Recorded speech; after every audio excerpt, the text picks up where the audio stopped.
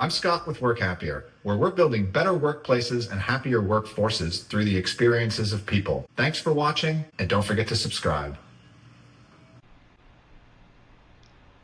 I've had some discussions recently surrounding layoffs, and it actually was involved in a discussion with somebody who was laid off recently, and the explanation from management was a bit absurd, left a bit to be desired. The setup, it kind of goes like something like this, right? Labor cost is too high. Senior employees are expensive. And of course, junior employees are less expensive. Problem being that their kind of strategy, I guess, was senior employees will quit and we'll replace them with junior employees. The problem being that these senior employees weren't quitting. They built an environment or a company that was desirable. So their labor costs didn't go down, their labor cost went up. And so now they're kind of going to force that situation by laying people off. And my question was immediately, why? Explain this to me. What are we doing?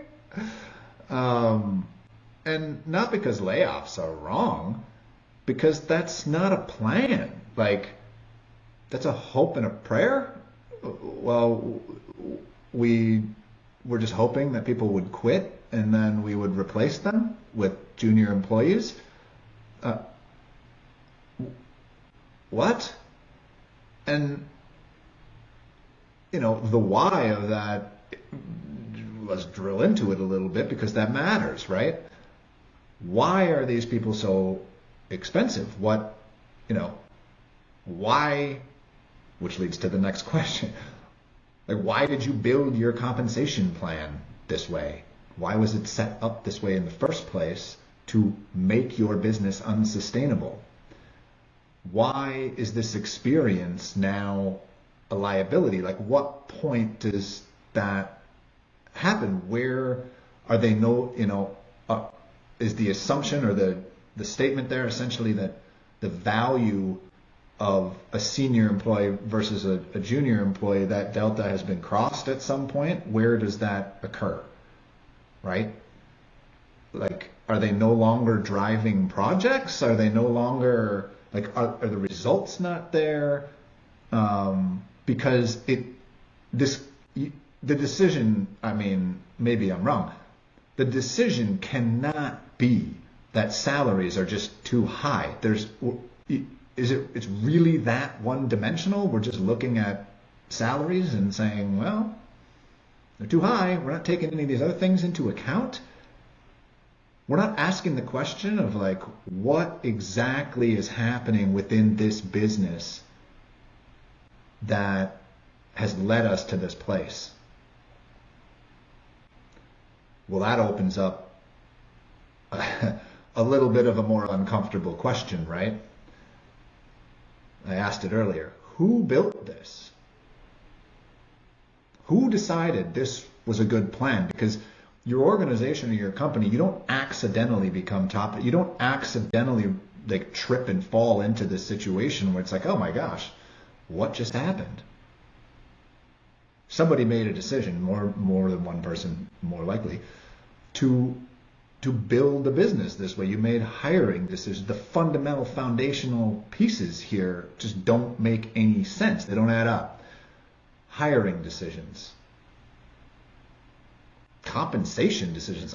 That alone is like, why did we decide to do it this way? Leadership decisions over the course of many, many years. And if because of those decisions, the business, organization, whatever, has become unsustainable, right? Then who was responsible for making it sustainable? And this is where real frustration can come through, is that when things go wrong in these situations, right?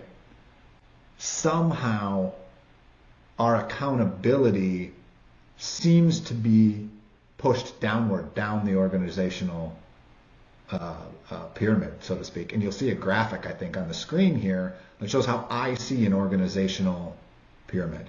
And you'll notice accountability flows upward, not down.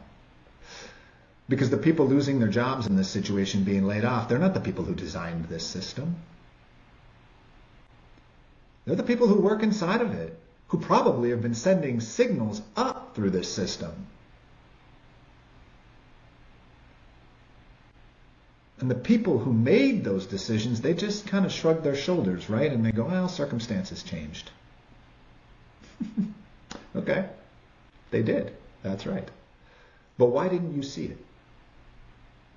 Why is experience valuable at the executive level, but not anywhere else within the organization? And why and what is it that experience worth if it results in kind of shit like this?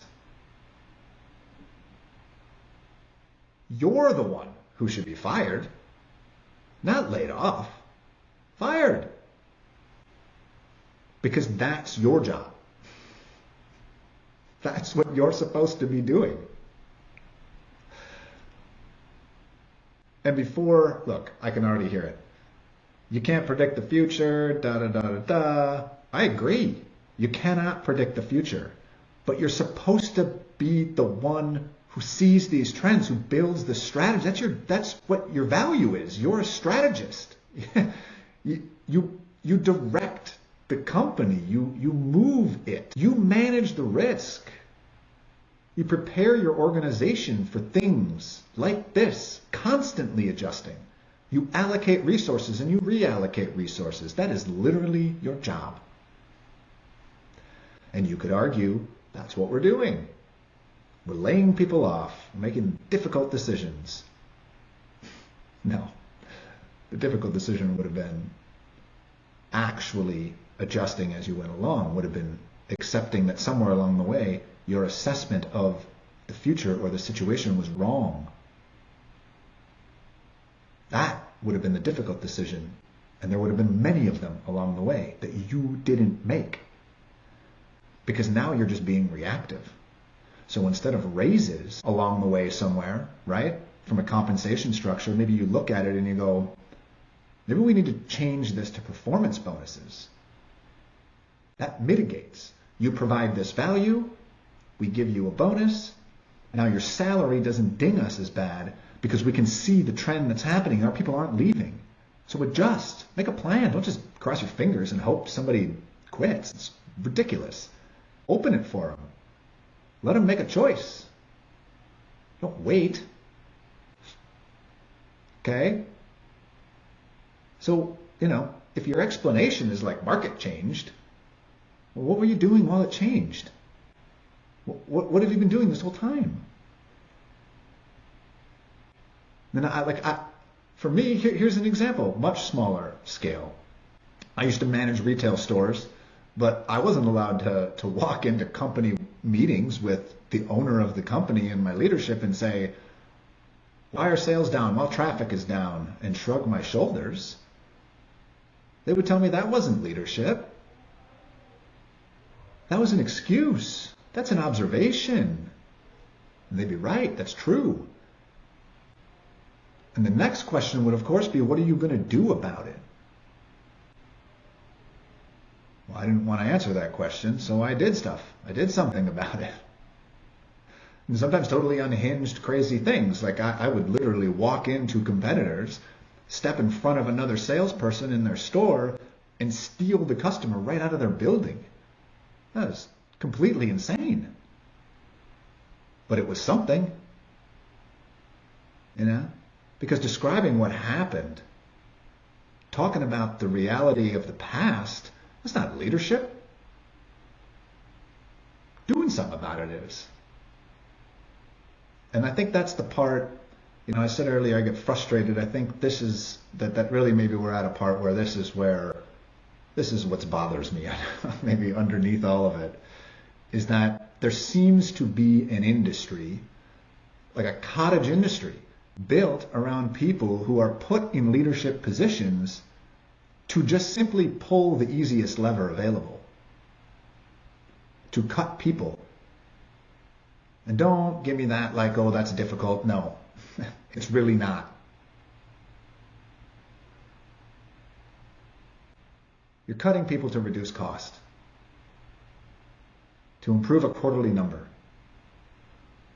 And then you update your LinkedIn, and everybody, you move on, and everybody cheers and celebrates, except for all the people who were laid off, and their communities, and the small businesses in those communities, and all the other downline effects that occur, that, by the way, hurt your business in the long run.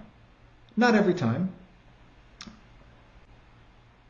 But through this, my question never changes, which is, what did you actually do? Because profits increased, great. What did you actually do? Increased for a little while, maybe. Costs decreased, great. What did you actually do?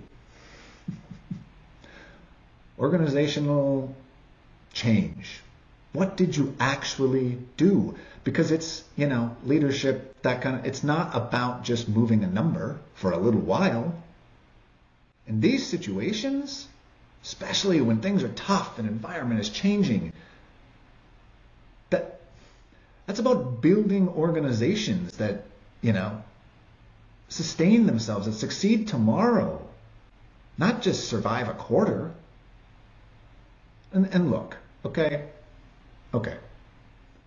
Businesses change, and of course, I said it at the very beginning. Sometimes layoffs are necessary. I'm not crazy.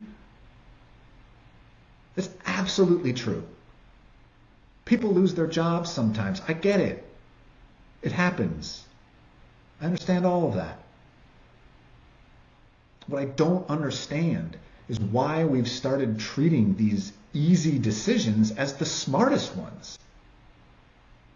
Because if your answer to declining sales, to rising costs, to changing markets, frankly, to bad planning, is layoffs every time, what are we paying you for? What are we paying you for? Because the people doing the work, they're not being paid to see around corners. They're not getting 6, 7, sometimes 8 figures. They're not being paid that money to understand trends and direct organizational strategy around them. They're not being paid to build organizations that can survive and move through changing environments. That's you. And so if your entire strategy boils down to cut people when things get difficult, that is not leadership. It's not. That's pulling the emergency brake as you're hitting a brick wall. Leadership is everything you did before you had to pull it. Or lack of leadership is everything that you didn't do. And so the question you have to ask is, did you really do anything? And I'm Scott from Work Happier, and I'm just asking leadership to be better, to do something before you do something. Thank you.